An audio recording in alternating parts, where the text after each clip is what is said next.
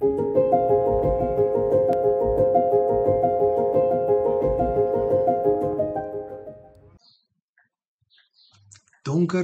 dag.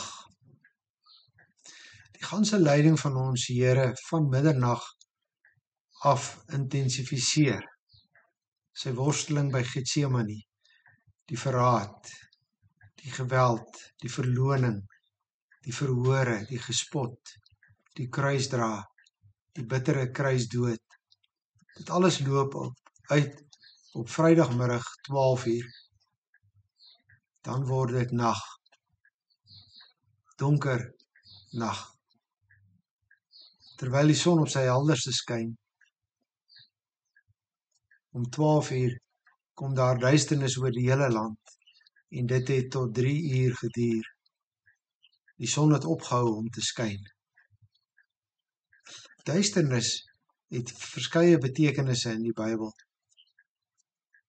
Hoewel donkerte soms die teenwoordigheid van die Here aandui, soos Moses wat op Sinaï na die donker wolk stap waarin God is dit hoofsaaklik 'n betekenis wat negatief is. Duisternis dui op die werksruimte van die bose. In die donkerte floreer hy en sy trawante. In die donkerte kan die onreg en die skaamte en die misdade weggesteek word. Vir Job is die plek van duisternis die dood self. Job 10 vers 20. My lewensdae is min genoeg. Laat my tog met rus dat ek daarom nog 'n bietjie vreugde kan hê voordat ek weggaan na die stuk donker land toe en nooit terugkeer nie. Na die land van die donker nag met sy diepe duisternis waar niks georden is nie, waar die lig self donkerte is. In die meerderheid gevalle word duisternis in die Bybel geassosieer met die oordeel van God. Die buiteste duisternis, waar daar 'n geween en 'n geknars van tande sal wees. Die 3:00 duisternis op Paasvrydag het besondere betekenis. Bo alles kom die oordeel van God oor die sondes van die mens op sy seun Jesus Christus neer. Volle felheid van die oordeelsleiding in die 3:00 duisternis trek saam in die vraagroep van Jesus, my God, waarom het U my verlaat? Om deur God verlaat te word is nag, dis die diepste donkerte, dis die hel self. In die donkerte is daar egter ook beskutting vir die man wat aan die kruis sterf. Dis asof die Vader die gordyn rondom die sterfbed van sy seun toetrek. Niemand hoef en kan die verskriklike lyding van Jesus aanskou nie. Hy dra dit alleen.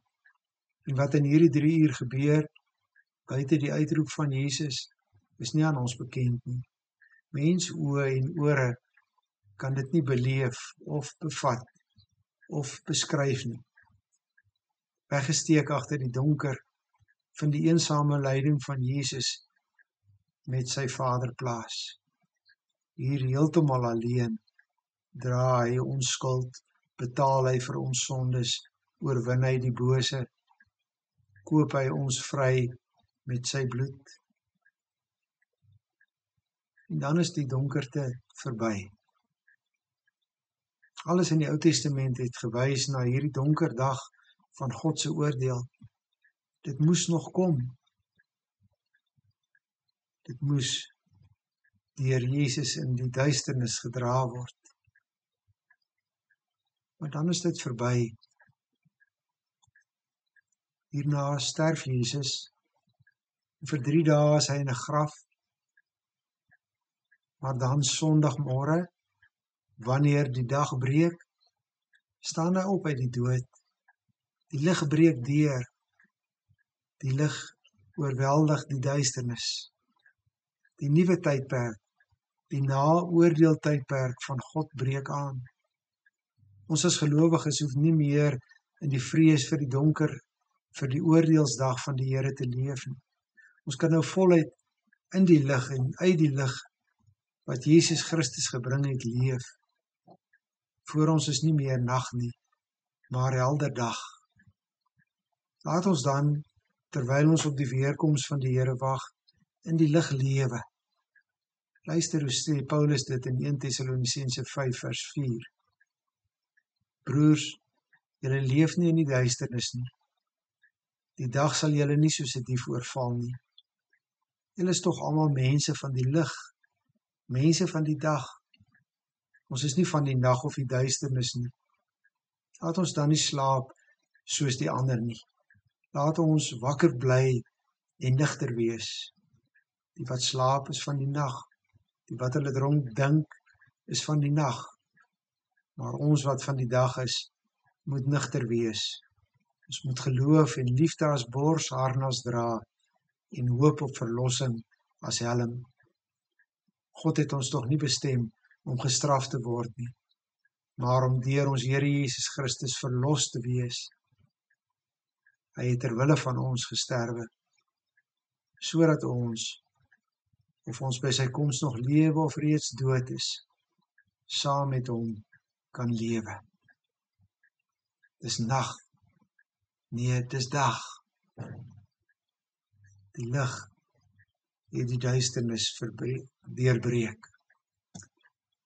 Goeiedag.